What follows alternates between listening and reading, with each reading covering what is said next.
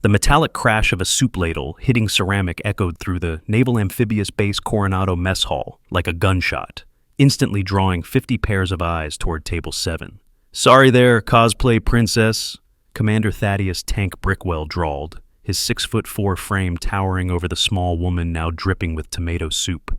Sloane Ashford, 26 years old, with electric blue hair cascading past her shoulders and porcelain skin that made her look more suited for a magazine cover than a military installation, slowly set down her spoon without uttering a word. Her green eyes met Tank's with an unsettling calm, as if being publicly humiliated by a decorated Navy SEAL was merely Tuesday. "This mess hall is for real warriors, not kids playing dress-up," Tank continued, gesturing for his 4 teammates to close ranks around the table. The laughter from Team Bravo 6 rippled across the dining facility, while 50 other personnel froze mid-bite to watch the spectacle unfold. But as Sloane stood to clean the soup from her deep V-neck military green t-shirt, a subtle detail emerged at her neckline, the faint outline of an intricate tattoo, a venomous snake coiled around a broken arrow, beginning just below her right ear and disappearing beneath the fabric toward her collarbone. Nobody noticed it in that moment, but within 20 minutes, that symbol would completely shatter everything they thought they knew about the woman they had just dismissed. Tank's crew materialized like sharks sensing blood. Gunner Brick Thorne, built like a refrigerator with arms that could crush steel pipes, cracked his knuckles while studying Sloane's pristine uniform. Sage Phoenix Rivers, whose blonde hair was pulled into a regulation bun so tight it could stop bullets, crossed her arms with the practiced disdain of someone who had made a career of identifying imposters. Colt Viper Manning, lean and predatory, began circling the table with the fluid movements of a jungle cat. Knox Steele Barrett, the team's demolitions expert, simply stared with the kind of intensity usually reserved for bomb disposal. "Let me guess," Tank's voice carried across the now silent mess hall. "You're here for some kind of diversity photo shoot? Maybe filming a documentary about what it's like to pretend you belong?" His words cut through the air with surgical precision, designed to wound and humiliate. The surrounding tables had become an amphitheater, phones emerging from pockets as personnel prepared to capture what they assumed would be spectacular failure. Sloane reached for napkins from the dispenser with movements that were oddly methodical, almost ritualistic. As she cleaned the soup, her hands performed a series of actions that seemed automatic. Fold, dab, rotate, fold again. To most observers, it appeared random, but Senior Chief Fletcher, sitting in the corner booth nursing his 3rd cup of coffee, recognized something troubling. That wasn't civilian cleanup technique. That was military precision disguised as casual action, each fold executed with the kind of muscle memory that only came from thousands of repetitions under high-stress conditions. The morning sun streaming through the mess hall windows caught the wet fabric of Sloane's shirt, revealing the athletic definition beneath her deceptively slight frame. Her dark army pants and worn brown combat boots suggested someone comfortable with physical demands, but Tank's crew saw only what they wanted to see, fresh meat for the grinder. "You know what I think?" Brick's voice rumbled like distant thunder. "I think maintenance sent us their newest hire. Probably got confused and wandered into the wrong building." The suggestion triggered another wave of laughter from the crowd, but Sloane's expression never changed. She continued cleaning with the same measured precision, her green eyes occasionally flicking toward exits and potential obstacles with the kind of situational awareness that made Fletcher lean forward slightly. Tank stepped closer, using his considerable size to intimidate. "Here's what's going to happen, maintenance girl. You're going to prove you belong here, or you're going to get out. We don't have time for tourists." The challenge hung in the air like smoke from a fired weapon, carrying with it the implicit threat that refusal would result in escalating humiliation. But instead of backing down or protesting, Sloane did something unexpected. She smiled. Not the nervous, placating smile of someone trying to defuse a dangerous situation, but the quiet, knowing expression of someone who had seen far worse than schoolyard bullies and found them wanting. "What did you have in mind?" she asked, her voice carrying just enough confidence to make Tank pause for a fraction of a second. If you're already feeling that surge of anger watching someone get bullied like this, smash that like button right now. This story is about to show you exactly why you should never judge someone by their appearance. Subscribe and hit the notification bell, because what happens next will completely blow your mind. Trust me, you don't want to miss how this David vs. Goliath story unfolds. The challenge escalated quickly, Within minutes, Tank had maneuvered the entire group toward the base's training facilities, with growing crowds of personnel following like spectators heading to a gladiatorial match. Whispers spread faster than wildfire. A civilian was about to face off against Team Bravo 6, the base's most elite SEAL unit. The smart money was on complete and utter humiliation, with video evidence going viral within hours. Petty Officer Bryn Hawthorne, a communications specialist with kind eyes and an instinct for justice, fell into step beside Sloan as they walked. "You don't have to do this," she whispered urgently. "These guys are professionals. They eat recruits for breakfast." But Sloan's response was a gentle shake of her head and words that would haunt Bryn for years to come. "Sometimes the only way forward is through." The weapons locker represented the first test, and Tank made a show of explaining the rules to his audience. Standard M4 carbine, field strip, and reassembly, 2 minutes on the clock, military standard procedure. He handed Sloan the rifle with the condescending air of someone presenting a complex toy to a child. "Try not to hurt yourself." What happened next sent ripples of confusion through the gathered crowd. Sloan accepted the weapon with hands that knew exactly where to go, her fingers finding the magazine release, charging handle, and takedown pins with the kind of familiarity that spoke of intimate knowledge. The rifle came apart in her hands like it was surrendering its secrets willingly, components arranged on the table in a precise grid that spoke of obsessive attention to detail. "Beginner's luck," Brick muttered, but his voice lacked conviction. The reassembly was even more disturbing to watch. Sloan's movements flowed like water, each component finding its place with mechanical precision.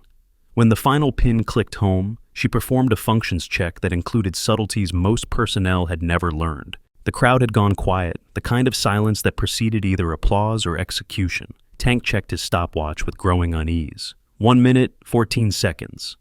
The base record, held by a SEAL Team 6 operator, was 1 minute, 18 seconds. The implications hung in the air like an unexploded bomb, too dangerous to ignore, but too impossible to accept. "Lucky guess," Phoenix interjected, but her voice carried a tremor that suggested growing uncertainty. "Let's see how she handles something that requires actual knowledge."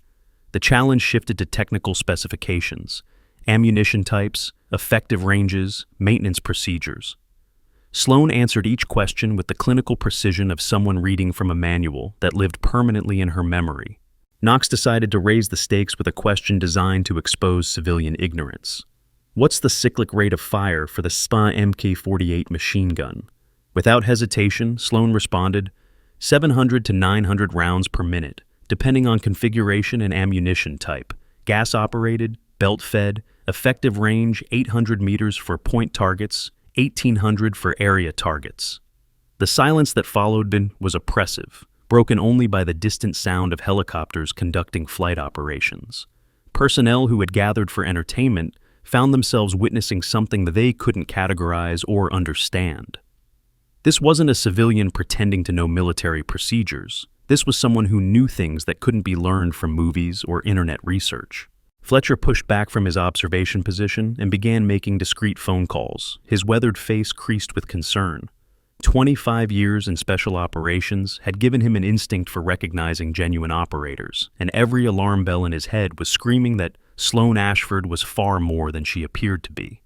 The next challenge took them to the physical training area, where Tank proposed a friendly obstacle course designed to highlight the difference between civilian fitness and military conditioning.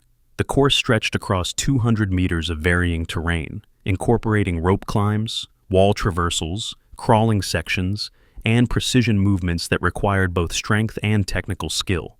As they prepared for the challenge, Sloan performed what appeared to be casual stretching, but Fletcher noticed details that made his blood run cold. Her breathing pattern followed a specific rhythm: 4 counts in, hold for 4, 4 counts out, the kind of tactical breathing taught to snipers for shot precision under stress.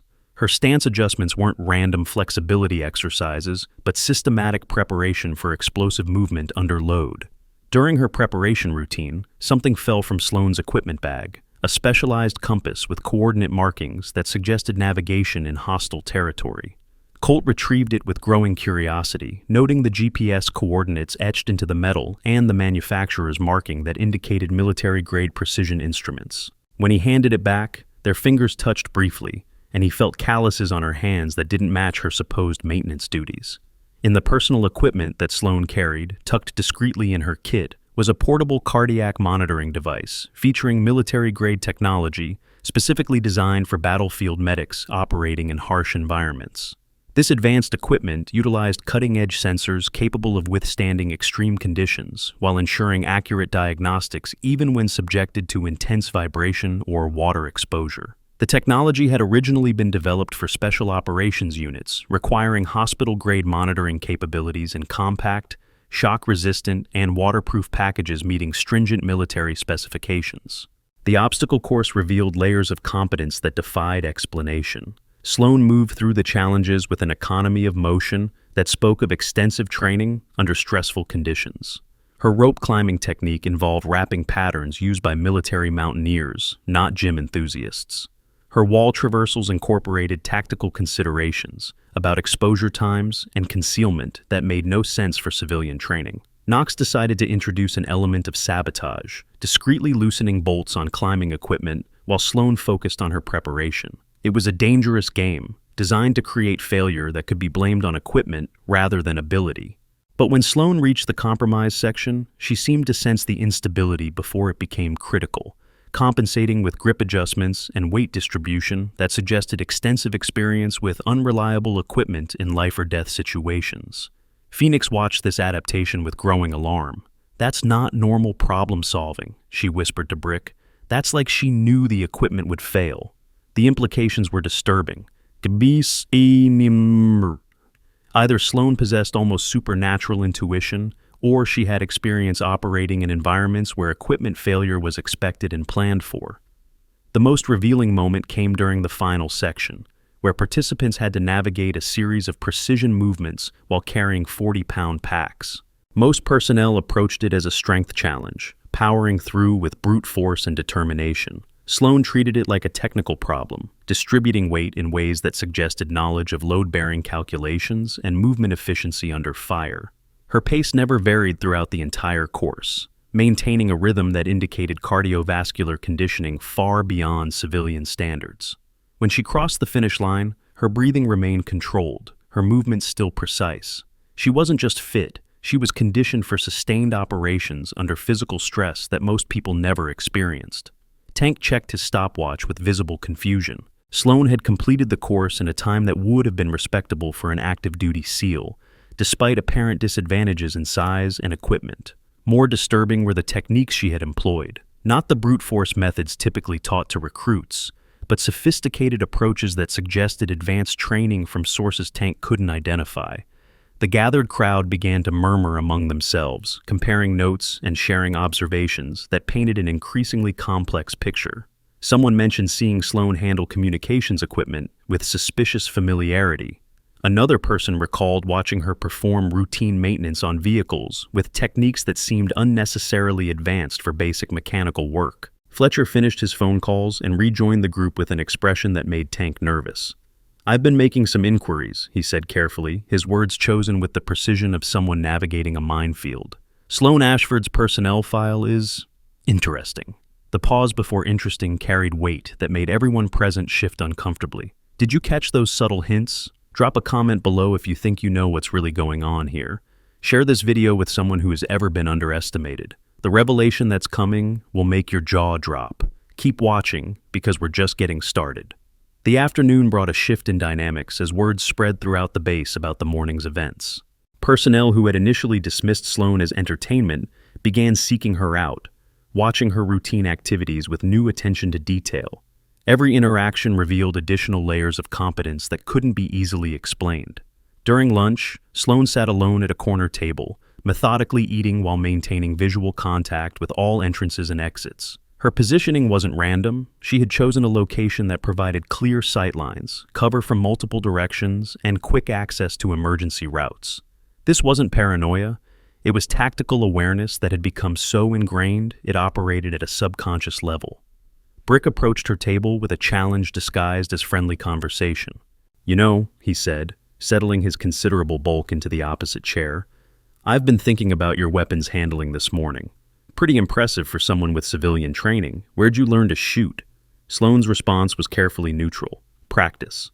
but the word carried undertones that suggested extensive experience with firearms in contexts that went far beyond recreational shooting. When Brick pressed for details about ranges, instructors, or training programs, she deflected with answers that were technically accurate but revealed nothing substantial. The conversation attracted other members of Team Bravo 6, each probing different aspects of Sloane's background with the systematic approach of investigators building a case. Phoenix focused on academic knowledge, asking technical questions about ballistics, trajectory calculations, and environmental factors that affected long-range accuracy. Sloane's answers demonstrated understanding that typically required formal education combined with extensive practical application. Colt tested her knowledge of international operations, mentioning conflicts and geographical locations in ways designed to elicit recognition or familiarity. Sloane navigated these conversational minefields with responses that acknowledged general awareness without revealing specific knowledge that might indicate personal involvement. Knox approached from a different angle, discussing equipment modifications, specialized gear, and technical innovations that were primarily known within special operations communities. Again, Sloane demonstrated familiarity that extended beyond theoretical knowledge while avoiding details that might reveal the source of her expertise. During these exchanges, additional personnel gathered around the table, drawn by curiosity about the woman who had spent the morning outperforming Navy SEALs in their own specialties. The crowd included representatives from various base departments, communications, intelligence, medical, logistics, each bringing their own perspective to the puzzle that Sloane represented. Dr. Sarah Whitmore, the base medical officer, joined the conversation with professional interest in Sloane's physical conditioning and apparent immunity to stress responses that typically affected civilian personnel in military environments. "Your heart rate and breathing patterns during this morning's challenges," she observed. "They were consistent with someone accustomed to high-stress operations. That kind of physiological control usually requires extensive conditioning." Sloane's response carried the same carefully measured neutrality. "Stress management is important in any profession, but Dr. Whitmore noticed details that suggested medical training, the way Sloane unconsciously checked pulse points during conversation, her automatic assessment of people's physical condition, and her knowledge of trauma response procedures that became apparent during casual discussion about base medical capabilities.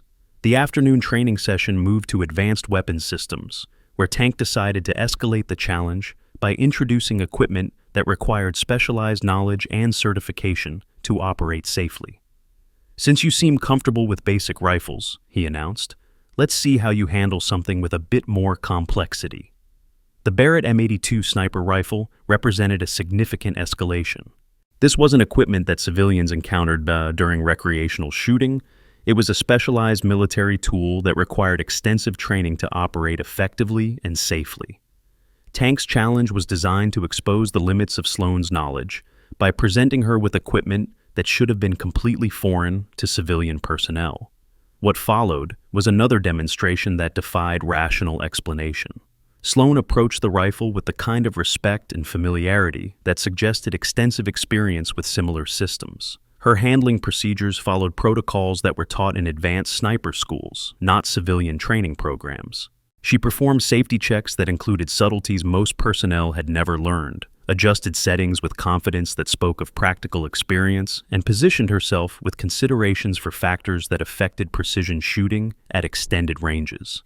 The target engagement that followed left the gathered crowd stunned into silence. Sloane's shots grouped with precision that would have been impressive for active-duty snipers, achieved with apparent ease that suggested this level of performance was routine rather than exceptional. Her shooting position, breathing control, and trigger technique all demonstrated mastery that typically required years of specialized training and extensive practical application. Tank found himself in the uncomfortable position of watching a supposed civilian outperform members of his elite team using equipment she shouldn't have known how to operate. The implications were becoming impossible to ignore, but they led to conclusions that defied everything he thought he understood about military personnel and security clearance procedures. Fletcher approached Tank during a brief pause in the demonstration, his expression grave with concern that had been building throughout the day. "We need to talk," he said quietly, leading Tank away from the crowd for a private conversation that would change everything about how they understood the situation they had created. "I've been making calls all day. Fletcher began, his voice barely above a whisper. Sloan Ashford's background is complicated. There are gaps in her service record, classifications that require clearances I don't have, and connections to programs that officially don't exist. The weight of these revelations settled over Tank like a heavy blanket, bringing with it the realization that he might have made a catastrophic error in judgment. What kind of programs? Tank asked, though part of him already suspected the answer would be something he didn't want to hear. Fletcher's response confirmed his worst fears. The kind that produce operators who don't officially exist, who complete missions that never happened, and who disappear from records when their service becomes too classified to acknowledge. The implications hung between them like unexploded ordnance, too dangerous to ignore, but too complex to safely navigate. The evening brought new challenges as Tank's crew gathered to discuss the day's events and plan their next moves. What had begun as entertainment at the expense of a presumed imposter had evolved into something that threatened their understanding of military hierarchy, security protocols, and their own positions within the base's power structure. Phoenix raised the question that everyone was thinking, but nobody wanted to voice. What if we're wrong about who she is? The possibility that they had spent the day humiliating someone with legitimate military credentials was becoming increasingly difficult to dismiss. Brick's response reflected the growing tension within the group. Then we're in serious trouble, the kind of trouble that ends careers and results in court-martial proceedings. The prospect of facing consequences for their actions added urgency to their need to understand exactly who Sloan Ashford really was and why she had allowed them to treat her as they had. Knox suggested a more direct approach. We need to force her to reveal whatever she's hiding.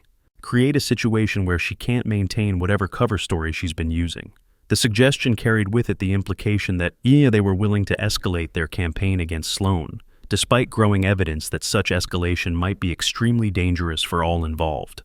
Colt provided a voice of caution that reflected the unease many of them were feeling. Maybe we should back off and let this whole thing die down. Cut our losses before we dig ourselves into a hole we can't get out of.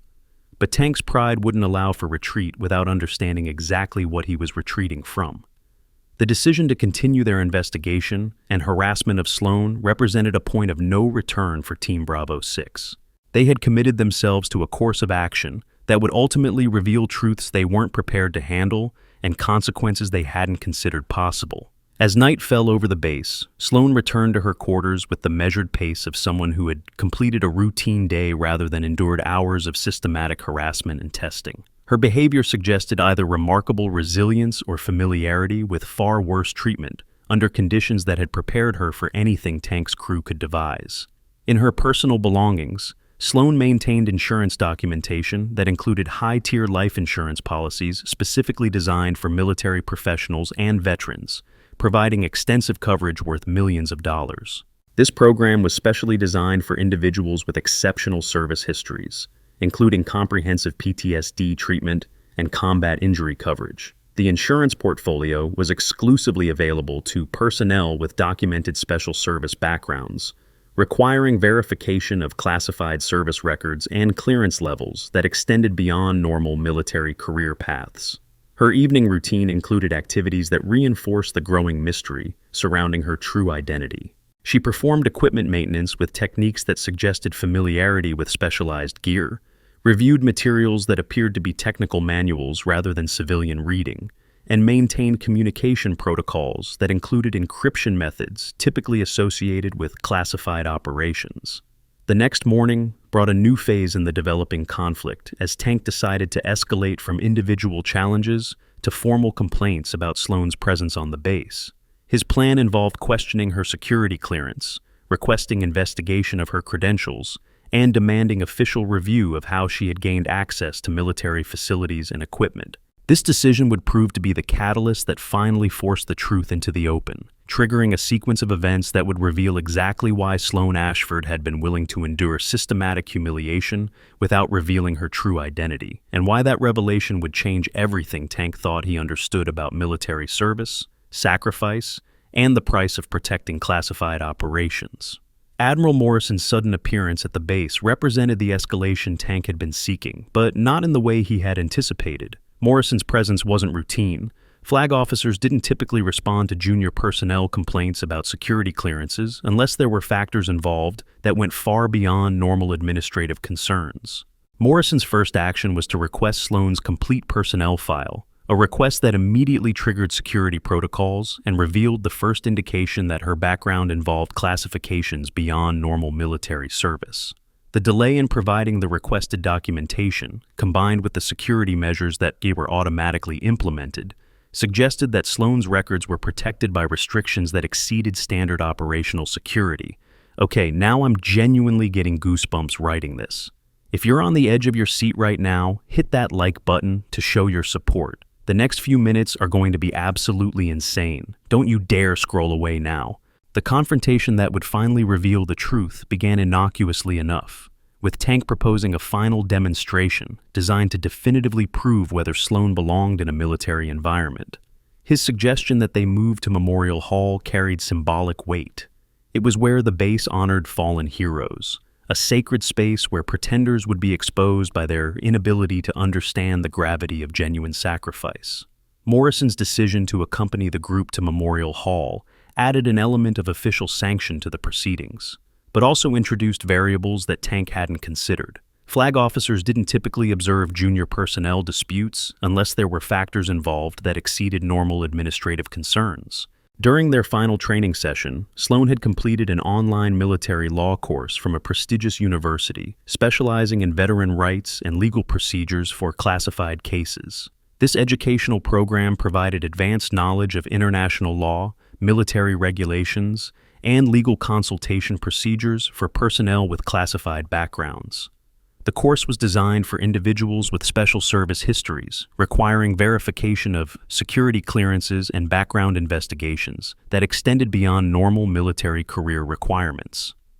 As they walked toward Memorial Hall, Sloan's behavior began to change in subtle ways that suggested the approach to this particular location held special significance for her. Her stride became more measured, her posture more formal, and her expression took on the solemn gravity appropriate for approaching a place dedicated to honoring the ultimate sacrifice. The Memorial Hall at Naval Amphibious Base Coronado contained more than just names. It was a sophisticated facility that included classified databases, biometric security systems, and access to records that were restricted to personnel with appropriate clearances and need-to-know authorization. Tank's plan to use this location for his final confrontation with Sloan was about to trigger systems and protocols he had never encountered. Fletcher had spent the morning making increasingly urgent phone calls to contacts in the intelligence community, trying to understand exactly what classifications were protecting Sloan's background and why her presence at the base was generating automated security alerts in systems he hadn't known existed. The responses he received were fragmentary but disturbing. References to programs that had been terminated, operations that had never been officially acknowledged, and personnel who had been reclassified in ways that removed them from standard military records. The growing crowd of personnel following the group to Memorial Hall included representatives from every department on the base, drawn by rumors that had grown increasingly wild throughout the day. Stories circulated about impossible feats of marksmanship, technical knowledge that exceeded expert levels, and physical capabilities that defied explanation for civilian personnel. Tank's confidence began to waver as they approached Memorial Hall, partly due to the serious expressions worn by senior personnel who had joined their procession, and partly because of subtle changes in how base security personnel were positioning themselves around the group. What had begun as entertainment was being treated as a security event by people whose judgment Tank had learned to respect. Admiral Morrison's presence at the Memorial Hall represented more than just official interest in junior personnel conflicts. His arrival had triggered security protocols that were automatically implemented when flag officers accessed classified facilities in response to personnel identification anomalies. The systems that protected the Memorial Hall database were beginning to activate in ways that none of the gathered personnel had ever witnessed. As they entered Memorial Hall, Sloan paused before the main memorial wall with an expression that carried the weight of personal loss and profound respect for sacrifice. Her behavior suggested familiarity with similar memorials and, more disturbingly, personal connection to the kind of loss they represented. Tank's plan for final confrontation was about to collide with realities he hadn't considered and couldn't control. The Memorial Hall contained automated systems designed to verify the identities of personnel who accessed the facility, and those systems were about to reveal information that would transform his campaign of harassment into something entirely different. The biometric scanners that monitored access to Memorial Hall were beginning to detect anomalies in Sloane's presence that triggered security protocols Tank had never seen implemented. Lights were beginning to change color, indicating system activation that occurred only when classified personnel were identified through automated recognition systems. Morrison's phone began receiving encrypted messages that caused his expression to shift from routine concern to something approaching alarm. The information he was receiving was forcing him to reconsider everything he thought he understood about the situation he was observing and the personnel involved. Fletcher positioned himself where he could observe both Sloane's reactions and the security systems that were beginning to respond to her presence in ways that defied his understanding of how Memorial Hall typically operated. 25 years of military service had taught Riffy to recognize when routine situations were becoming classified operations, and every indication suggested they were crossing that threshold. The automatic systems protecting Memorial Hall were designed to identify personnel with connections to classified programs, and those systems were beginning to recognize patterns in Sloane's biometric signature that matched records from operations that had been classified beyond normal access levels. Lights were changing, screens were activating, and protocols were implementing that none of the gathered personnel had been trained to understand. Tank's realization that he had lost control of the situation he had created was becoming impossible to ignore. The presence of flag officers, the activation of security systems he didn't understand, and the increasingly serious expressions of senior personnel all indicated that his demonstration had triggered consequences that extended far beyond junior personnel conflicts. Morrison's decision to request immediate access to classified databases represented the point at which Tank's harassment campaign officially became a security investigation. The Admiral's clearance levels provided access to information that would finally explain why Sloane Ashford had been willing to endure systematic humiliation without revealing her true identity. The Memorial Hall's main display screen began showing information that made Morrison's face drain of color and caused Fletcher to step backward in recognition of implications he hadn't considered possible. The automated systems were revealing connections between Sloane and programs that were supposed to have been terminated years earlier. Tank's growing understanding that he had made a catastrophic error in judgment was becoming impossible to ignore, as the evidence mounted that Sloane represented something far more significant than the imposter he had assumed her to be. The Memorial Hall was about to reveal exactly who she was and why that revelation would change everything he thought he understood about military service and classified operations. The tension in Memorial Hall reached a crescendo as multiple systems continued to respond to Sloane's presence in ways that indicated recognition of classified credentials that exceeded anything the gathered personnel had encountered. Morrison's access to restricted databases was revealing information that would transform their understanding of not just who Sloane was, but why her identity had been protected by classifications that removed her from standard military records. Fletcher's recognition of the patterns he was observing came from experience with special operations personnel whose service had been classified beyond normal levels, and his growing certainty that Sloane represented exactly that kind of background was evident in his increasingly serious demeanor and his discreet positioning of himself between the crowd and the exit routes. Tank's campaign of harassment was about to collide with realities that would expose not just Sloane's true identity, but the implications of what Team Bravo 6 had spent 2 days doing to someone whose service record was classified at levels that exceeded their clearance to understand, let alone question or investigate. The Memorial Hall's final revelation was beginning to emerge as systems completed their verification processes and prepared to display information that would answer every question about who Sloane Ashford really was and why she had been willing to endure systematic humiliation rather than reveal the truth about her background and the classified operations that had shaped her into someone who could outperform Navy SEALs while pretending to be civilian maintenance personnel. Morrison's expression as he reviewed the classified information now accessible to him indicated that the revelation about to be shared would exceed anything the gathered personnel had imagined possible and would force them to confront the reality that they had spent 2 days harassing someone whose service to their country had been more significant than any of them had been prepared to understand or acknowledge. The silence in Memorial Hall stretched like a taut wire as Morrison's fingers moved across his secured tablet, accessing databases that required clearances most personnel didn't know existed.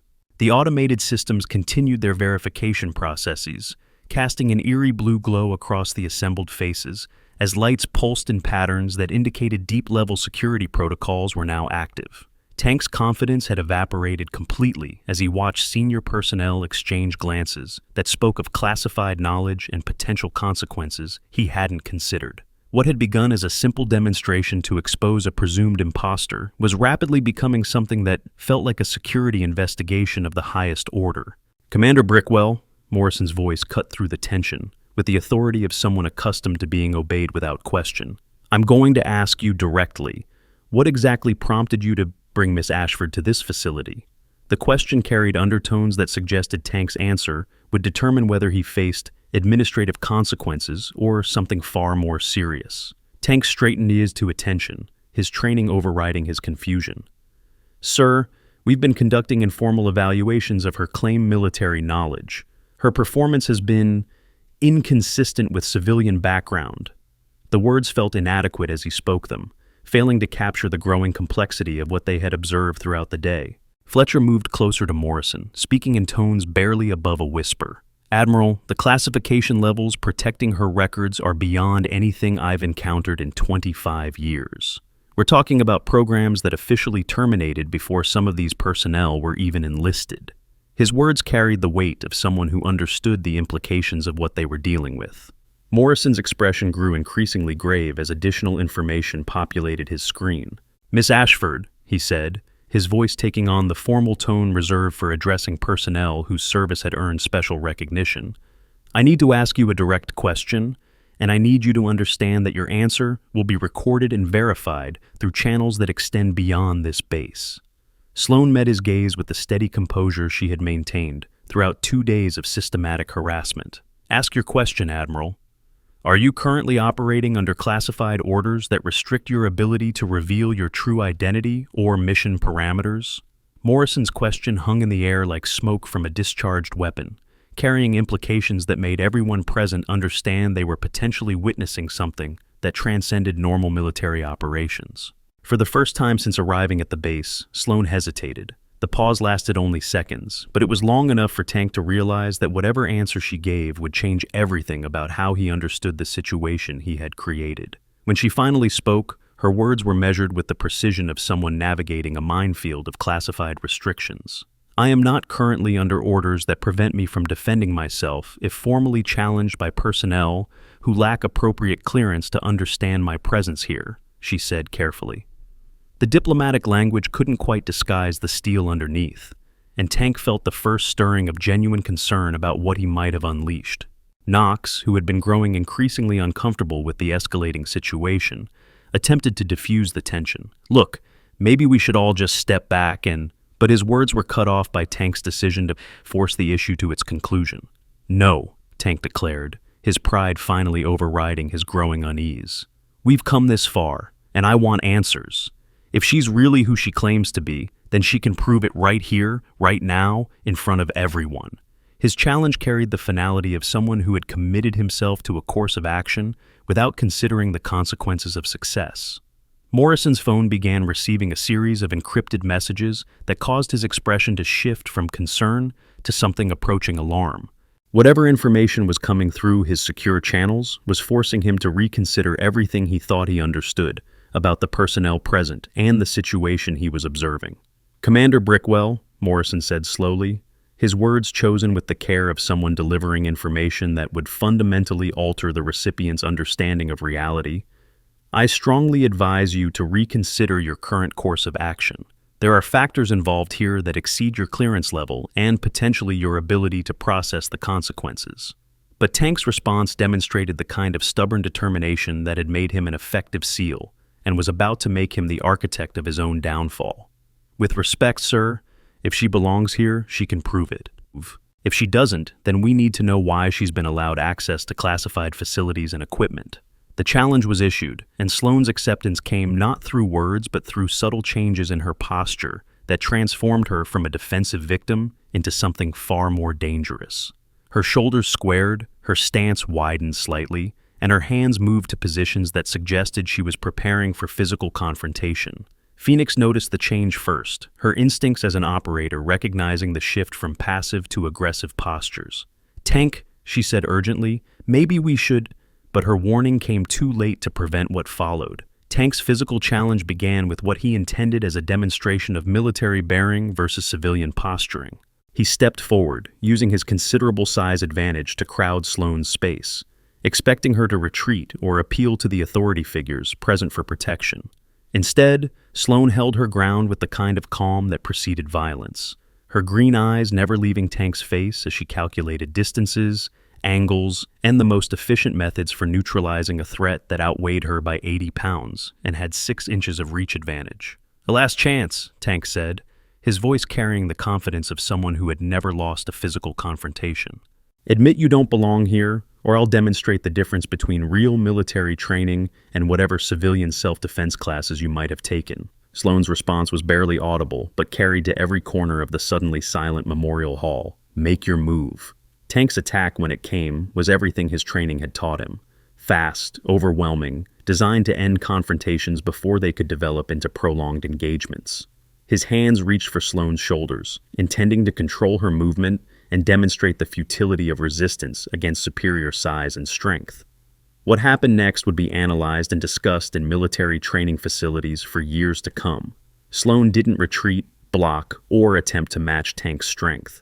Instead, she moved with his attack, using his momentum and commitment against him in ways that suggested training in combat systems that most personnel had never encountered. Tank found himself off balance before he realized his attack had been redirected, his forward momentum carrying him past his intended target. As he tried to recover, Sloane's counterattack began with movements that were too fast and too precise to be products of civilian training. The engagement escalated rapidly as Tank realized that his assumptions about Sloane's capabilities had been catastrophically wrong. Every technique he employed was countered with responses that demonstrated not just superior training, but extensive practical application under conditions that had prepared her for exactly this kind of confrontation. Morrison's attempts to halt the confrontation were ignored by both participants, who had entered the kind of combat mindset where external voices became irrelevant background noise. Fletcher positioned himself to intervene if the situation escalated beyond acceptable limits. But his experience told him that this confrontation needed to reach its natural conclusion. Tank's growing desperation led to increasingly aggressive techniques as he realized that standard SEAL combat training was proving inadequate against whatever system Sloane had mastered. His attempts to use size and strength advantages were consistently neutralized by movements that seemed to anticipate his actions before he fully committed to them. The turning point came when Tank, frustrated by his inability to control the engagement, made a grab for Sloane's clothing in an attempt to use leverage and superior weight to bring the confrontation to ground where his size advantages would be decisive. His hands found purchase on her military green t-shirt, and he pulled with enough force to assert dominance through physical intimidation. The fabric, already stressed from the day's activities, gave way with a sound that cut through the Memorial Hall like a gunshot. Tank's violent pull, combined with Sloane's defensive movement, tore the shirt from collar to sternum, exposing what had been hidden beneath the carefully chosen clothing. The revelation stopped Tank mid-attack, his hands still gripping the torn fabric as his brain struggled to process what his eyes were showing him. Across Sloane's chest, starting just below her collarbones and extending down to her sternum, was a masterwork of black ink that depicted a venomous snake coiled around a broken arrow.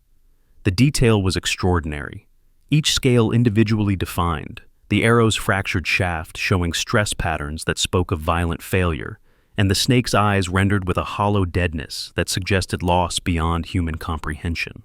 But it was the additional elements that made everyone in Memorial Hall understand they were looking at something far more significant than decorative artwork. Woven throughout the design were small initials, R, C, W, P, M, K, 6 letters that represented something more profound than mere decoration. Below the main design, in stark military lettering that was unmistakably official, were the words Ghost Division, followed by Nunquam Oblitus, never forgotten. The silence that followed was absolute, broken only by the sound of Tank's ragged breathing as he stared at markings that connected to briefings he had attended, operations he had heard referenced in classified discussions, and legends that had been passed down through special operations communities for years. Fletcher was the first to find his voice, though it came out as barely more than a whisper. "Holy cow, that's a Ghost Division marking." The words carried weight that made everyone present understand they were looking at evidence of service in programs that most of them had believed were myths. Morrison stepped forward, his expression transformed by recognition that forced him to reconsider everything he thought he understood about the woman they had been watching endure 2 days of systematic harassment. His response was immediate and decisive. He came to attention and rendered a formal salute with the precision reserved for honoring the highest levels of service and sacrifice. "Commander Ashford," he said, his voice carrying the gravity appropriate for addressing someone whose service had been classified beyond normal recognition, "Ghost Division, Task Force 88. The words hung in the air like an indictment of everything that had transpired over the previous 2 days. The Memorial Hall's automated systems had been running continuous verification processes throughout the confrontation, and Sloane's exposed tattoo provided the final biometric confirmation they required. Lights began changing throughout the facility as classified databases activated, security protocols implemented, and restricted information systems came online in response to the recognition of personnel whose service had been protected by the highest levels of classification. The main display screen flickered to life, showing information that made Morrison's formal recognition seem understated. In bold letters across the top of the screen appeared, "Lieutenant Commander Sloane Ashford, MIA 2018, Operation Silent Dagger, Ghost Division, Task Force 88, Classification Level, Cosmic." The reactions rippled outward from the core group like shockwaves from an explosion. Tank staggered backward, his hands releasing the torn shirt as if it had become electrically charged. The fabric fell away completely, leaving Sloane standing with the full majesty of her service record exposed for everyone to see. Brick stammered the first coherent response. We trained under Ghost Division protocols. You're legend." His voice carried the awe of someone realizing they had been in the presence of operational royalty while treating them as an imposter. Sage dropped to one knee in a gesture of respect that acknowledged the depth of her error in judgment. "Ma'am, forgive us. We didn't know. We couldn't have known." Her words carried the weight of someone understanding that their actions had crossed lines they hadn't known existed. Phoenix attempted to process implications that extended beyond personal embarrassment to potential career-ending consequences. "The training protocols we use, they came from Ghost Division operations. You wrote half the procedures we follow." The realization that they had been challenging someone whose combat innovations formed the foundation of their own training added layers of irony to the situation. Knox's recognition came through a different channel, as memories connected and understanding dawned. "Ghost Division saved my unit in Fallujah. The operator who extracted us, the one who carried 3 wounded soldiers 2 miles under fire." His voice trailed off as he realized he was looking at the person who had saved his life. Bryn, who had defended Sloane from the beginning, pulled out her phone with hands that shook as understanding hit her. "This is going to change everything," she whispered, though her finger hesitated over the record button as she realized the magnitude of what she was witnessing. Colt's reaction was more personal, driven by the realization that his sabotage attempts had targeted someone whose service record included operations that had saved American lives at costs he was only beginning to understand. "The equipment I tampered with. If you had been injured..." The implications of his actions were becoming clear in ways that made him physically ill. Morrison's access to classified databases was revealing information that painted a picture of service that exceeded anything the gathered personnel had imagined possible. "Operation Silent Dagger," he announced, his voice carrying the weight of someone reading official records that detailed extraordinary sacrifice. "Single operator extraction of 24 civilians under enemy fire, 17 hours of continuous combat operations, enemy contact with an estimated battalion strength force." Tank found his voice, though it came out hoarse with shock and growing understanding of the magnitude of his error. That's impossible. 1 operator against a battalion? But even as he spoke, he knew he was looking at someone who had accomplished exactly that impossible mission. Morrison continued reading from the classified files, now accessible through Sloane's confirmed identity. Operator sustained multiple combat injuries during extraction operations, including gunshot wounds, shrapnel damage, and exposure to chemical agents. Maintained operational effectiveness throughout 17-hour engagement, ensuring successful extraction of all civilian personnel. Fletcher's military experience allowed him to understand the implications more clearly than most of the personnel present. 17 hours of continuous combat, he said quietly. That's not human endurance. That's something else entirely. Sloane's response to the attention and recognition was characteristic of the quiet professionalism she had maintained throughout her ordeal. She stood straighter, accepting the torn shirt that someone offered her, but her demeanor remained humble despite the revelation of service that exceeded anything the base personnel had encountered. 24, she corrected Morrison's reading of the record, her voice carrying the precision of someone who had counted every life that depended on her actions. There were 24 civilians. One died in my arms during the extraction. The official record shows 23, because that's how many made it home alive. The correction carried emotional weight that made everyone present understand they were hearing details that hadn't appeared in any official report, details that spoke of personal cost that exceeded physical injuries. The addition of a single person to the count represented failure that Sloane had carried for years, despite the success of an operation that had been deemed impossible by military planners. Morrison's expression softened as he understood the significance of Sloane's correction. "Commander, the official record shows Operation Silent Dagger as the most successful rescue operation in Task Force 88 history. Your actions saved 23 lives and provided intelligence that prevented similar attacks throughout the theater."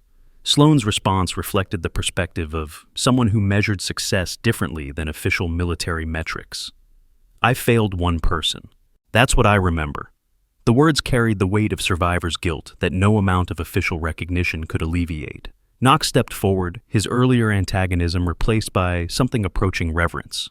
"Ma'am, if I may, the protocols you developed for hostile extraction under fire, they have been used to save hundreds of American lives. Your failure saved more people than most of us save in entire careers." The exchange highlighted the disconnect between official recognition and personal burden that characterized many special operations personnel whose service had exceeded normal human endurance. Sloane's inability to accept praise for extraordinary achievements spoke to the mindset that had enabled those achievements in the first place. Fletcher approached Morrison with questions that reflected his growing understanding of the classification levels that had protected Sloane's identity. "Admiral, if Ghost Division was terminated in 2018 and Commander Ashford was listed as MIA, how is she here? And why was her identity protected by classifications that exceed normal special operations security?" Morrison's response revealed additional complexity that explained why Sloane's presence at the base had triggered so many automated security protocols. Ghost Division wasn't terminated. It was compartmentalized beyond normal military structures. Personnel were reassigned to deep cover positions while maintaining active status for operations that require complete deniability. The implications were staggering. Sloane hadn't been discharged or retired. She had been placed in a position that allowed her to disappear from official military structures while remaining available for operations that couldn't be acknowledged through normal command channels. Her presence at the base as maintenance personnel was itself a form of classified assignment. Tank's understanding of his situation was becoming clearer and more disturbing with each revelation. "We've been harassing an active duty special operations commander who's operating under classified cover," he said, the words sounding surreal even as he spoke them. "What kind of consequences are we looking at?" Morrison's response was measured, but carried undertones that suggested the consequences would be significant. "That depends on several factors, including Commander Ashford's assessment of whether your actions compromised her operational security or endangered her mission parameters." All eyes turned to Sloane, whose response would determine whether Tank's crew faced administrative discipline or charges that could end their military careers. Her words, when they came, reflected the same measured judgment she had displayed throughout their harassment campaign. Their actions were consistent with security challenges that any personnel might face when operating under deep cover, she said carefully.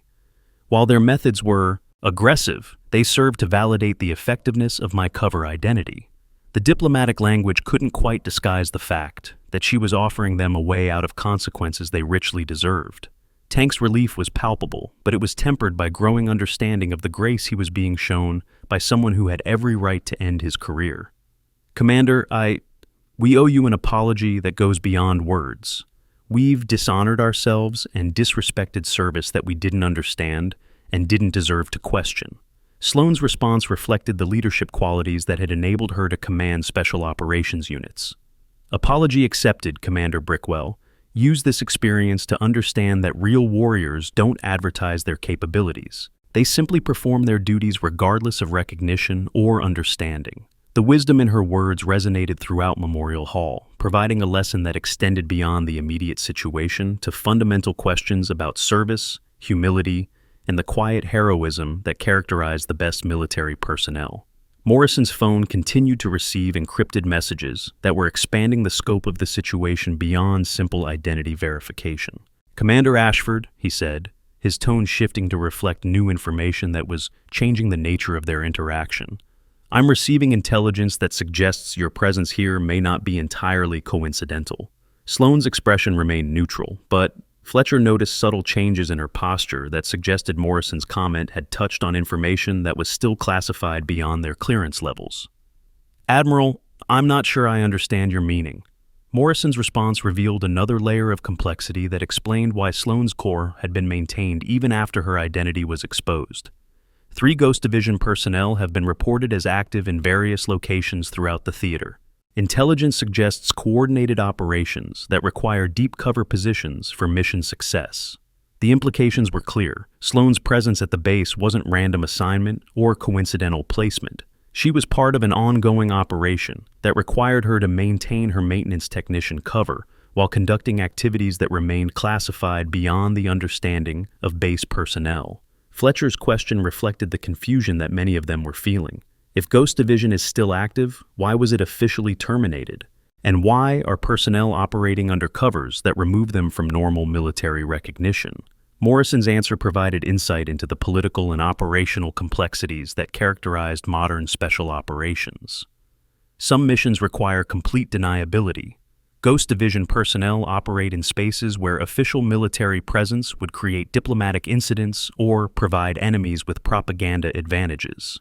The conversation was interrupted by the arrival of additional personnel who had been summoned by the security alerts triggered throughout Memorial Hall. Base Commander Williams entered with his security detail, followed by intelligence personnel whose presence indicated that the situation had escalated beyond routine military affairs. Williams surveyed the scene with the expression of someone trying to understand how routine personnel management had evolved into a classified security event. "Admiral Morrison, I understand we have a situation that requires my immediate attention." Morrison's briefing was concise but comprehensive, outlining the events that had led to Sloane's identity revelation and the classification levels that were now governing their interactions. Williams's expression grew increasingly grave as he understood the implications of what had transpired under his command. "Commander Ashford," Williams said, his tone reflecting the respect appropriate for addressing someone whose service record exceeded his own operational experience. "I apologize for the treatment you have received at this facility. We'll implement immediate protocol changes to ensure this situation doesn't recur." Sloane's response reflected the professionalism that had characterized her throughout the ordeal. "Base Commander, your personnel responded appropriately to perceived security concerns. Their diligence in questioning my presence demonstrates the kind of awareness that protects classified operations." The gracious nature of her response only heightened the contrast between her behavior and the treatment she had received, making Tank's crew's actions appear even more inappropriate in hindsight. Williams's next question addressed practical concerns about ongoing operations. "Commander, are there aspects of your mission here that require additional security measures or personnel restrictions?" Sloane's careful response revealed that her activities at the base involved more than simple cover maintenance. "My operations here require minimal interference, but certain equipment and facility access must be maintained without attracting attention from personnel who lack appropriate clearances." The answer confirmed what many had suspected. Sloane's maintenance duties were themselves part of a larger operational framework that used routine activities to mask classified missions. Her presence at the base served multiple purposes that remained beyond the understanding of most personnel. During the extended questioning that followed, Sloane had completed comprehensive legal education through an accredited online military law program from a prestigious university, specializing in veteran rights and legal procedures for classified cases. This advanced educational program provided deep expertise in international law, military regulations, and legal consultation procedures for personnel with classified backgrounds requiring verification of security clearances and background investigations extending beyond normal military career trajectories. The investigation revealed that Sloane's educational credentials included expertise that would prove valuable in the legal complexities that surrounded her operational status and the classification levels protecting her activities. Knox raised a question that reflected concerns many of them shared. Ma'am, if your operations here are ongoing, does our knowledge of your identity compromise those missions? Sloane's response revealed the adaptability that characterized successful special operations personnel. Operational security requires constant adjustment based on changing circumstances. Today's events will necessitate modifications to my cover, but they don't compromise the core mission objectives. Her ability to adapt to exposure while maintaining mission effectiveness demonstrated the kind of flexibility that enabled special operations units to function in environments where normal military structures would fail. Tank's question addressed the personal guilt that had been building since the revelation of Sloane's identity. Commander, how do I make this right? We've treated a war hero like an imposter, and I don't know how to process that level of disrespect. Sloane's answer provided guidance that reflected hard-earned wisdom about service and recognition. Commander Brickwell, the goal isn't to make this right, it's to learn from it. Real warriors understand that service doesn't require recognition, and recognition doesn't validate service. Focus on being the kind of leader who sees potential in others, rather than weaknesses to exploit. The lesson resonated throughout Memorial Hall, providing guidance that extended beyond immediate situation to fundamental questions about leadership, humility, and the responsibilities that came with military authority. Morrison's final question addressed the broader implications of what they had witnessed. Commander Ashford, are there other Ghost Division personnel operating under similar covers throughout the military? Should we expect additional situations like this one? Sloane's smile was the first genuine expression of humor they had seen from her, and it carried undertones that suggested there were indeed other operators hidden in plain sight throughout military installations. Admiral, Ghost Division's effectiveness depends on our ability to blend into normal military populations. I suspect you'd be surprised by how many extraordinary people you encounter every day without recognizing their capabilities. The answer suggested that Sloane's presence at the base was part of a larger network of special operations personnel who maintained cover identities while conducting classified missions. The implications were both reassuring and unsettling. How many other maintenance technicians, clerks, and support personnel were actually elite operators conducting operations beyond normal military understanding? Fletcher's observation provided context for the day's events. Commander, your willingness to endure our harassment without revealing your identity demonstrates operational discipline that most of us can't comprehend. That level of commitment to mission security is remarkable. Sloane's response reflected the mindset that enabled such discipline. Fleet Chief, maintaining cover requires accepting whatever treatment that cover identity would normally receive. Ghost Division personnel understand that mission success often requires personal sacrifice that extends beyond physical danger. The conversation was interrupted by encrypted messages arriving on multiple devices, indicating that news of Sloane's identity revelation was being processed through channels that extended far beyond the base. Intelligence networks were adjusting to accommodate the new reality that one of their deep cover assets had been exposed, with implications that would require operational modifications throughout the theater. Williams addressed practical concerns about base security. Commander Ashford, do these revelations require us to implement additional security protocols or modify access procedures for classified facilities?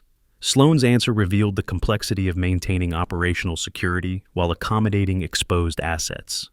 Base Commander, my operational requirements here will continue with modifications necessary to account for my revealed identity. The core mission remains unchanged, but execution methods will require adjustment. The response indicated that Sloane's mission at the base would continue despite her exposure, but in forms that acknowledged her true identity and capabilities. Whatever objectives had brought her to Coronado remained active and important enough to justify continued operations despite compromised cover. Tank's final question reflected his evolving understanding of the situation. Ma'am, is there anything my team can do to support your operations here? We've compromised your cover, and I feel responsible for finding ways to mitigate that damage. Sloane's response demonstrated the leadership qualities that had made her an effective special operations commander. Commander Brickwell, the best way you can support any mission is to maintain the highest standards of professionalism and readiness. Focus on making your team the kind of unit that honors the traditions you represent. The guidance provided direction that extended beyond immediate situation to fundamental questions about military excellence and the standards that defined elite units. Rather than seeking specific actions to address their errors, Tank's team needed to commit themselves to the kind of professional development that would prevent similar situations in the future. Morrison announced the formal conclusion of the immediate investigation. This incident will be classified at levels appropriate to protect Commander Ashford's operational security. Personnel present will be briefed on information handling requirements and documentation restrictions. The classification of their experience meant that Tank's crew would carry the knowledge of what they had witnessed without being able to share those experiences with others who lacked appropriate clearances. They would return to their normal duties with understanding that would forever change how they approached interactions with personnel whose backgrounds they couldn't fully understand. As the formal gathering began to disperse, Sloan made a request that surprised everyone present. "Admiral Morrison, I'd like to address the base personnel who witnessed today's events. They deserve to understand the lessons that can be learned from this situation." Morrison's approval led to an impromptu gathering in the base's main assembly area, where Sloan would provide guidance that extended beyond immediate situation to fundamental questions about service, recognition, and the quiet heroism that characterized the best military personnel. That moment when everything clicks into place, incredible. If this story gave you chills, make sure you're subscribed, because I have more mind-blowing stories like this coming. Drop a heart emoji in the comments if you believe in quiet strength. The assembly that gathered to hear Sloan's address included personnel from every department on the base, drawn by curiosity about the events that had triggered base-wide security alerts and rumors that had grown increasingly wild throughout the day. The crowd included everyone from new recruits to senior officers, all eager to understand what had transformed routine personnel management into a classified security event. Sloan's appearance at the podium was remarkable for its normalcy. She wore a replacement uniform that bore no indication of her true rank or special operations background. To casual observers, she appeared to be the same maintenance technician who had been the target of harassment for 2 days. Only her bearing, and the presence of flag officers treating her with obvious respect, suggested that appearances were deceiving. Her address began with acknowledgement of the lessons that could be learned from recent events. Over the past 2 days, you've witnessed interactions that demonstrate both the strengths and weaknesses of military culture. You've seen how quickly assumptions can lead to injustice, and how difficult it can be to recognize extraordinary service when it doesn't match our expectations. The words carried weight that made everyone present reconsider their own assumptions about the personnel they encountered daily. How many maintenance technicians, clerks, and support staff possessed backgrounds that exceeded their current assignments? How many extraordinary people were hidden in plain sight throughout military installations? Sloan continued with guidance that addressed fundamental questions about military service. Real warriors understand that service doesn't require recognition, and recognition doesn't validate service. The measure of military excellence isn't found in awards or acknowledgement, but in the willingness to perform necessary duties regardless of personal cost or public understanding. Her words provided perspective that extended beyond immediate situation to broader questions about humility, professionalism, and the standards that defined military excellence. The assembled personnel were receiving guidance from someone whose service record exceeded their collective experience, delivered with the quiet authority that characterized genuine leadership. Tank, who had been granted permission to attend the assembly, found himself in the uncomfortable position of being a public example of the failures Sloan was addressing. But, rather than using him as a negative example, she provided guidance that offered redemption. Commander Brickwell and his team demonstrated the kind of vigilance that protects military installations from security threats. Their error wasn't in questioning my presence. It was in assuming that questioning had to involve disrespect. The gracious nature of her words provided Tank with a framework for understanding his experience that emphasized learning rather than punishment. Rather than being condemned for his actions, he was being offered an opportunity to demonstrate growth and improve judgment. Sloan's final guidance addressed the broader implications of what they had witnessed. Every person you encounter in military service has chosen to dedicate their life to protecting others. Some serve in positions that receive recognition and acclaim. Others serve in ways that require them to remain invisible and unacknowledged. Both forms of service deserve respect, and both require the kind of character that puts mission before ego. The lesson resonated throughout the assembly, providing guidance that would influence how base personnel approached future interactions with colleagues whose backgrounds they might not fully understand. The experience had demonstrated that extraordinary service often wore ordinary disguises, requiring humility and respect in all professional interactions.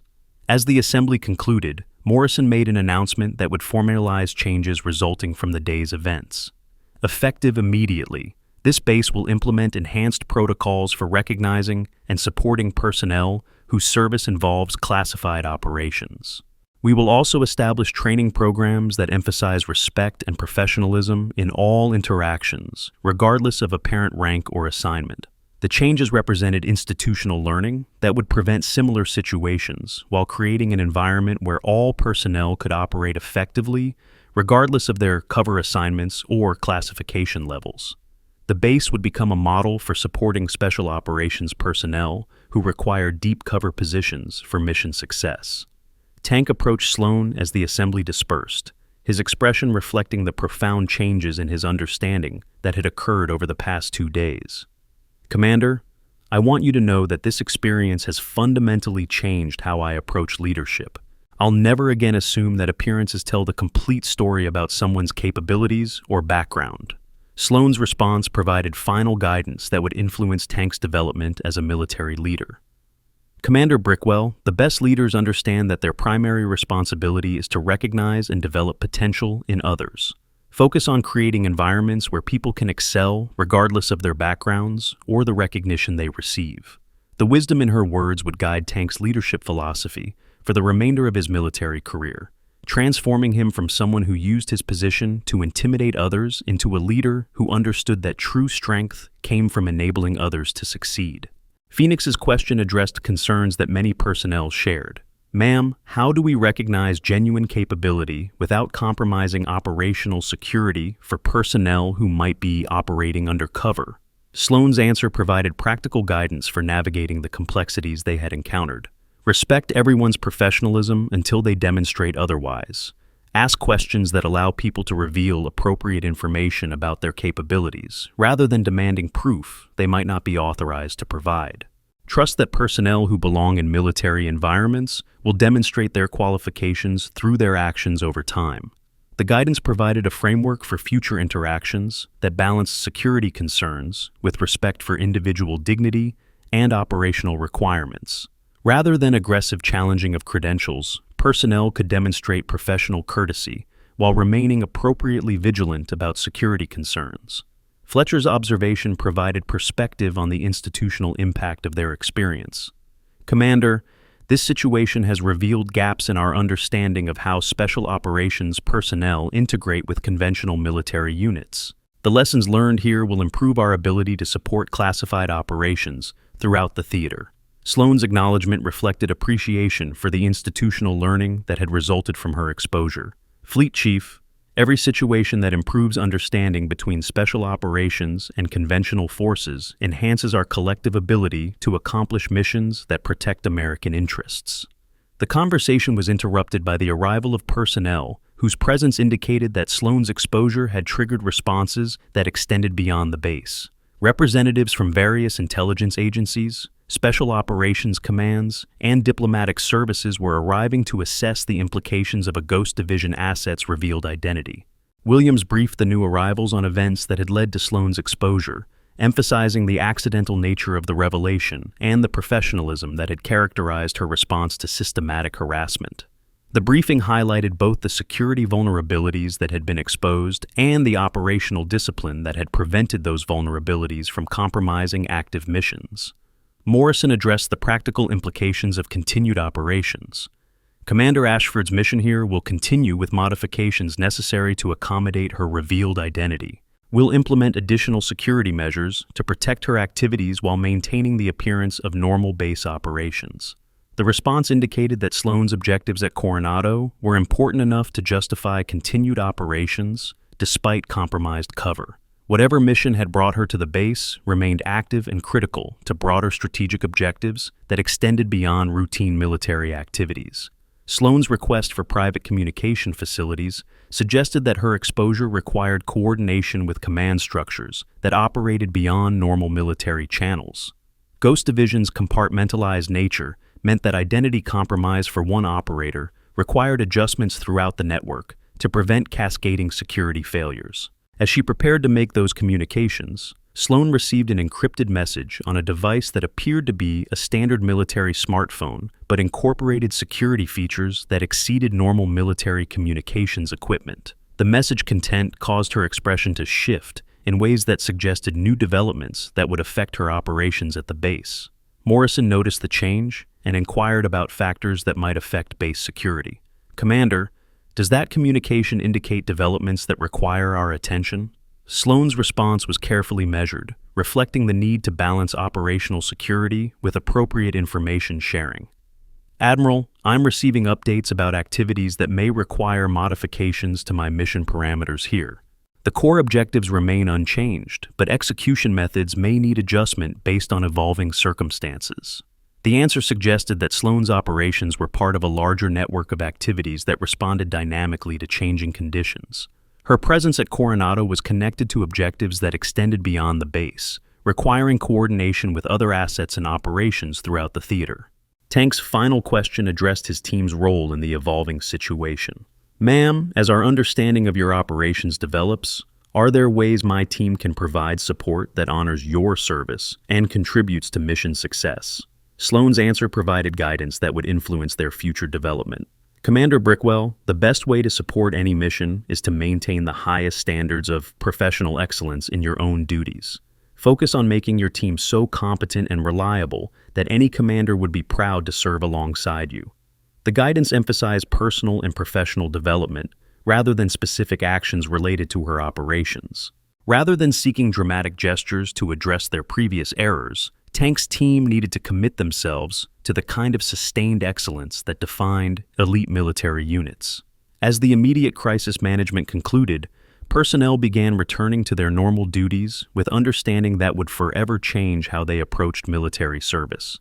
They had witnessed extraordinary capability hidden behind ordinary appearances, learned lessons about assumption and respect, and gained appreciation for the complexity of modern military operations. Sloane's return to her maintenance duties carried new meaning for everyone who observed her activities. Tasks that had previously appeared routine were now understood to be part of sophisticated operational cover that enabled classified missions while maintaining complete deniability for official command structures. The base's atmosphere had shifted permanently, creating an environment where personnel understood that appearances could be deceiving and that respect for colleagues needed to be based on professionalism rather than assumptions about background or capability. The lessons learned from 2 days of harassment and revelation would influence military culture at Coronado for years to come. Fletcher's private conversation with Morrison addressed concerns about institutional learning. "Admiral, this situation has exposed vulnerabilities in how we identify and support special operations personnel operating undercover. We need systematic changes to prevent similar incidents while maintaining operational security." Morrison's response indicated that the lessons learned at Coronado would influence policy development throughout Naval Special Warfare Command. "Fleet Chief, Commander Ashford's experience here will result in enhanced training programs and modified protocols for recognizing and supporting classified operations. We'll use this situation to improve our ability to protect assets while maintaining mission effectiveness." The commitment to institutional change ensured that Sloane's experience would result in improvements that protected other Ghost Division personnel and similar assets throughout the military. Rather than treating the incident as an isolated problem, leadership was using it to enhance systematic approaches to supporting classified operations. As evening approached, Sloane completed her scheduled maintenance duties with the same quiet professionalism she had displayed throughout her time at the base. Personnel who observed her activities now understood that routine tasks were being performed by someone whose capabilities exceeded their collective experience, but who remained committed to mission success regardless of recognition or understanding. Tank's reflection on the day's events led to personal insights that would influence his leadership philosophy for the remainder of his career. "I learned that real strength isn't about proving your dominance over others. It's about recognizing excellence wherever you find it and supporting mission success regardless of personal ego." The wisdom he had gained from his confrontation with Sloan represented fundamental growth in his understanding of military leadership and the responsibilities that came with commanding others. Rather than using authority to intimidate or control, effective leaders created environments where all personnel could contribute their capabilities to mission success. Phoenix's similar reflection addressed her own assumptions about military culture. I realized that I had been measuring people against narrow definitions of what military excellence looked like, instead of recognizing that extraordinary service comes in many forms. Commander Ashford taught me that the most dangerous operators are often the ones nobody notices. Her insight highlighted the need for broader perspectives on military capability and the importance of recognizing that special operations personnel often succeeded specifically because they didn't match conventional expectations about elite warriors. Knox's learning focused on the ethical implications of their behavior. I understand now that using my position to sabotage someone else's performance wasn't just unprofessional, it was dangerous. If Commander Ashford had been injured because of my actions, I would have harmed someone whose service to our country exceeded anything I had accomplished. His recognition of the potential consequences of his sabotage attempts provided important insights about the responsibilities that came with military authority and the need to support rather than undermine colleagues regardless of personal feelings about their qualifications. Brick's reflection addressed broader questions about respect and assumption. Commander Ashford's experience taught me that everyone deserves basic professional courtesy, regardless of their apparent background or assignment. Real warriors don't need to prove their superiority by diminishing others. They demonstrate excellence through their own actions. The collective learning represented significant personal and professional growth for Team Bravo 6, transforming them from operators who used their status to intimidate others into leaders who understood that true strength came from supporting mission success rather than asserting personal dominance. As the day concluded, Sloan received additional encrypted communications that indicated her exposure at Coronado was being processed through intelligence networks that would require operational adjustments throughout Ghost Division.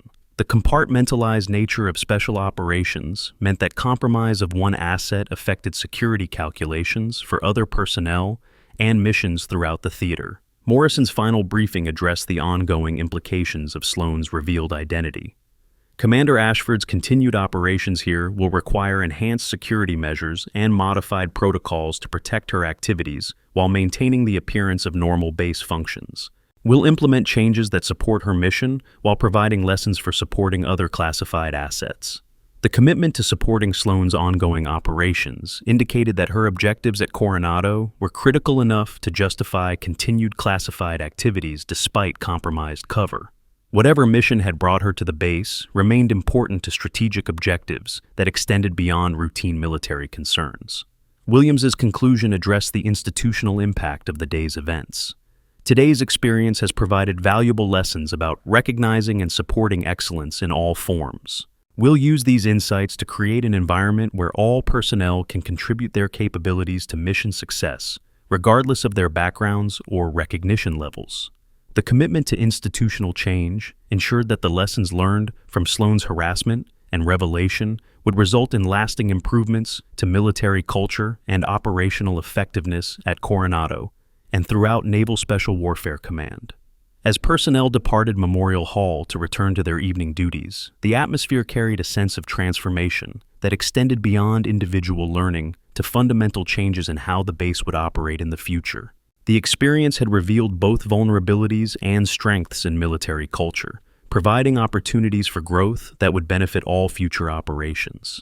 Sloan's final activity of the day involved coordination with command structures that operated beyond normal military channels, ensuring that her exposure at Coronado was properly integrated into ongoing Ghost Division operations throughout the theater. The encrypted communications required for this coordination highlighted the complexity of maintaining operational networks that functioned outside conventional military recognition.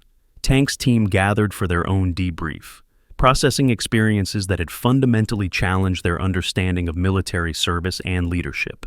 The conversation focused on practical applications of lessons learned rather than dwelling on past errors, emphasizing growth and improvement rather than guilt or recrimination. We need to establish team protocols that ensure this kind of situation never happens again, Tank announced. Not because we might encounter other Ghost Division personnel, but because every person in military service deserves respect and professional courtesy, regardless of their apparent assignment or background. The team's commitment to changed behavior represented genuine learning that would influence their future interactions with all personnel, not just those whose backgrounds might involve classified operations. The lessons from confronting Sloan extended to fundamental questions about leadership, respect, and the responsibilities that came with military authority. Phoenix's suggestion addressed practical implementation of their learning. We should establish regular training sessions that focus on recognizing potential in others and supporting mission success rather than asserting personal dominance. Commander Ashford showed us what real strength looks like. It's quiet, competent, and focused on accomplishing objectives rather than seeking recognition. The proposal for ongoing education demonstrated their commitment to sustain change, rather than temporary modifications in response to embarrassment. They understood that real growth required continuous effort to implement lessons learned rather than simply acknowledging past errors. Knox's contribution addressed the ethical implications of their experience. We need to understand that our positions give us responsibility to support others, rather than opportunities to assert dominance. Using authority to intimidate or undermine colleagues isn't just wrong, it's dangerous to mission success and military effectiveness.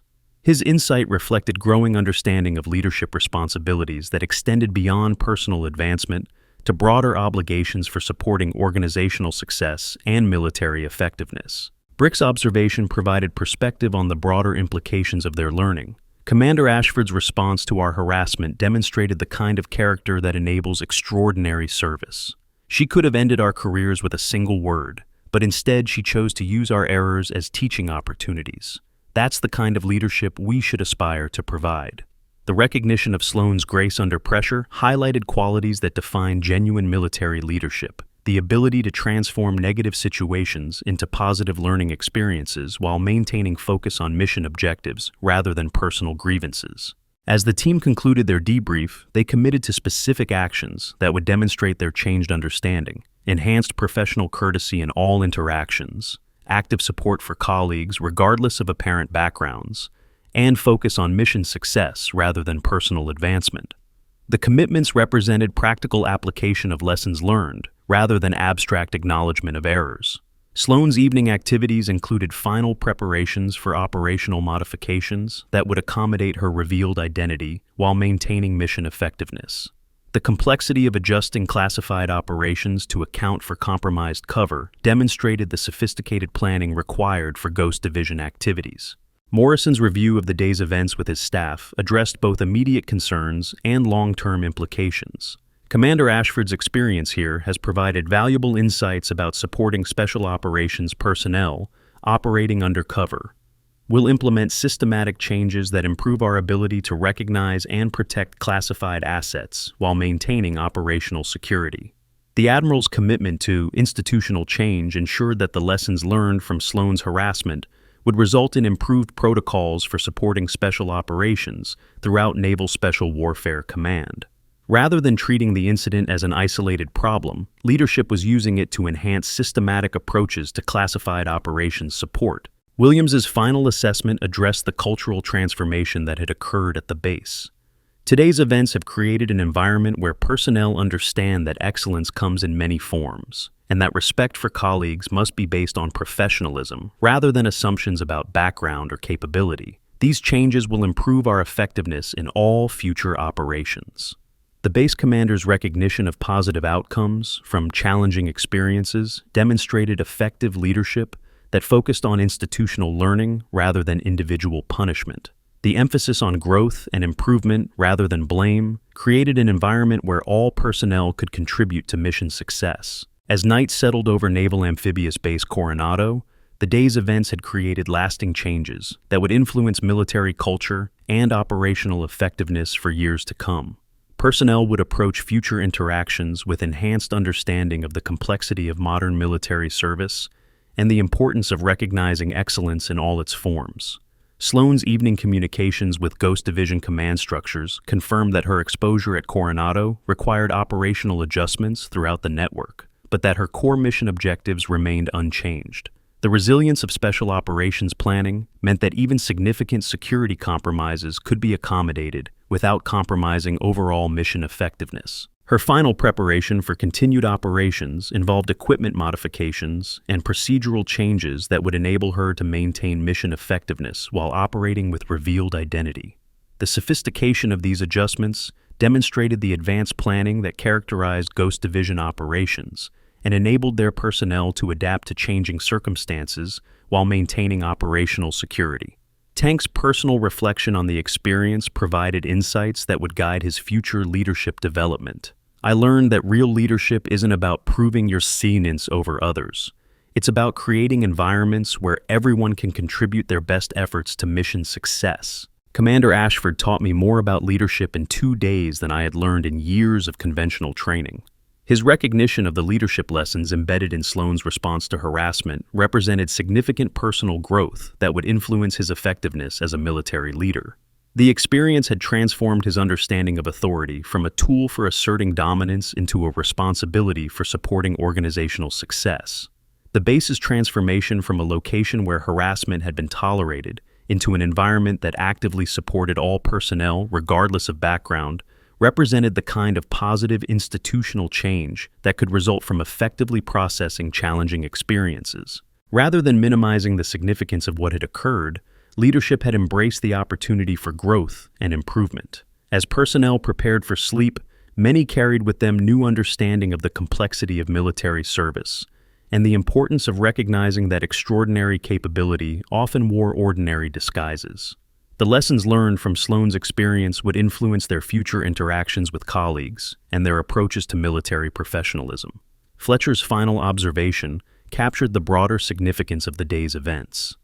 We've witnessed something remarkable, not just the revelation of extraordinary service, but the demonstration of character that enabled that service. Commander Ashford's response to our treatment showed us what real strength looks like, and that's a lesson that will benefit every person who serves at this base. His words provided perspective that emphasized the positive outcomes that had emerged from challenging circumstances, highlighting the educational value of experiences that forced personnel to confront their assumptions and grow beyond their previous limitations. Morrison's evening report to higher command addressed both the security implications of Sloane's exposure and the positive institutional changes that had resulted from the experience. Ghost Division asset compromise at Coronado has been successfully contained while generating valuable lessons about supporting classified operations. Recommend implementation of enhanced protocols developed here throughout Naval Special Warfare Command. The Admiral's assessment emphasized institutional learning rather than security failures, demonstrating effective leadership that focused on extracting maximum benefit from challenging situations while maintaining appropriate security measures for ongoing operations. As the base settled into evening routine, the day's transformation was complete. Personnel who had begun the morning with narrow understanding of military excellence concluded the day with broader perspectives that would enhance their effectiveness in future operations. The experience had created lasting positive change that would benefit all future personnel assigned to Coronado. Sloane's final activity involved encrypted communication with assets throughout the Ghost Division network, coordinating operational adjustments that would accommodate her exposure while maintaining mission effectiveness. The conversation highlighted the sophisticated coordination required for special operations that functioned outside conventional military recognition. The message that arrived during her evening coordination would soon create new challenges that would test everything she had learned about operating under revealed identity while maintaining mission security. But for now, the immediate crisis had been resolved in ways that demonstrated the resilience of both individual character and institutional adaptation. Her phone buzzed with an encrypted message that would soon change everything once again. 3 Ghost Division survivors confirmed alive. Operational coordination required. Moscow protocols active. Acknowledge receipt and prepare for mission modification. Sloane stared at the message for a long moment, understanding that her exposure at Coronado had been only the beginning of revelations that would force her to confront aspects of her past that she had believed permanently closed. Ghost Division hadn't been terminated. It had been scattered and hidden until circumstances required its resurrection. Morrison noticed her expression and approached with concern, appropriate for someone whose operational security he was responsible for protecting. "Commander, Is there something that requires our immediate attention? Sloane's response carried the weight of someone processing implications that extended far beyond immediate concerns. Admiral, I may be receiving new mission parameters that will require coordination with command structures beyond your current clearance level. Ghost Division activities are expanding in ways that will affect multiple theaters. The revelation that Ghost Division operations were not only continuing but expanding suggested that Sloane's experience at Coronado was part of larger strategic initiatives that remained classified beyond normal military understanding. Her exposure had triggered responses that would ultimately reveal the scope of ongoing special operations throughout the international theater. Morrison's acknowledgement reflected understanding of the complexities involved in supporting operations that exceeded his clearance level. Commander, whatever resources you require for mission success will be provided through appropriate channels. Your operational security is our primary concern. The Admiral's commitment to supporting Sloane's activities demonstrated the kind of institutional flexibility required for effective special operations support, even when those operations involved mission parameters that exceeded conventional military understanding. Tank's observation of the evening's developments provided final perspective on the transformation that had occurred. We started this morning thinking we were dealing with an imposter. We're ending it understanding that we were in the presence of someone whose service exceeds our ability to comprehend. That's a lesson in humility that will influence everything we do going forward. His recognition of the educational value of the experience represented the kind of personal growth that could result from effectively processing challenging circumstances. Rather than dwelling on embarrassment or failure, he had extracted lessons that would enhance his future effectiveness as a military leader. The day's events had created lasting changes that would influence military culture at Coronado for years to come, while simultaneously revealing that those events were part of larger operations that would continue to unfold in ways that remained beyond the understanding of most military personnel. Sloane's final words to the assembled personnel provided guidance that would resonate long after her immediate crisis had been resolved. Real warriors understand that service doesn't require recognition, and recognition doesn't validate service. Focus on being the kind of person who makes everyone around them better, and mission success will follow naturally. The wisdom in her words captured essential truths about military service that extended beyond immediate circumstances to fundamental questions about character, duty, and the quiet heroism that characterized the best military personnel. Her experience at Coronado had demonstrated those principles in action while providing lessons that would benefit everyone who had witnessed her grace under pressure. As personnel finally dispersed to their quarters, the base carried an atmosphere of transformation that reflected both individual growth and institutional improvement. The day's events had revealed the best and worst of military culture while providing opportunities for learning that would enhance future operations and improve the environment for all personnel. But Sloane's encrypted communications suggested that the revelation of her identity at Coronado was only the beginning of developments that would ultimately expose the scope of Ghost Division operations and the strategic importance of personnel who had been hidden in plain sight throughout military installations worldwide.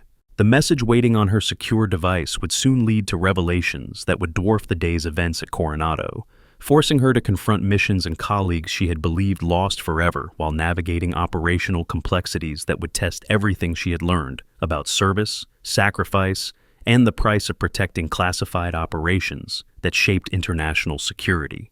Her response to the encrypted message would trigger a cascade of events that would transform her quiet assignment at Coronado into the opening phase of operations that would ultimately reunite Ghost Division personnel scattered throughout the global theater and reveal the true scope of missions that had been classified beyond normal military understanding. "Message acknowledged," she typed, understanding that those two words represented acceptance of responsibilities that would take her far from the maintenance duties that had provided cover for the past months. "Prepare for operational coordination and mission expansion. Ghost Division stands ready." The response would soon bring new challenges that would test everything she had learned about operating under revealed identity while maintaining the kind of mission security that protected operations extending throughout the international theater. But for now, the immediate transformation was complete, having changed both individual understanding and institutional culture in ways that would benefit all future operations at Naval Amphibious Base Coronado. Tank's final reflection captured the essence of the day's transformation. We learned that real strength is quiet, real service doesn't seek recognition, and real warriors lift up everyone around them. Commander Ashford taught us what military excellence actually looks like, and that's a lesson we'll carry for the rest of our careers. The wisdom gained from confronting extraordinary service hidden behind ordinary appearances would influence every future interaction, creating an environment where all personnel could contribute their capabilities to mission success, regardless of their backgrounds or the recognition they received for their efforts. And in her quiet quarters, as Sloan prepared for whatever missions would emerge from her expanding communications with Ghost Division command structures, she carried with her the satisfaction of having transformed a situation that could have ended her career into an educational experience that would improve military culture and enhance operational effectiveness for years to come. The day's events at Naval Amphibious Base Coronado were complete, but the larger story of Ghost Division operations was just beginning to unfold in ways that would soon reveal the true scope of classified missions that protected American interests throughout the global theater. Sloan's experience with harassment and revelation had been only the opening chapter of operations that would ultimately test everything she had learned about service, sacrifice, and the quiet heroism that characterized the most extraordinary military personnel. Her encrypted communications continued deep into the night, coordinating with assets and command structures that operated beyond conventional military recognition, while preparing for missions that would soon take her far from the maintenance duties that had provided cover for Ghost Division operations at Coronado.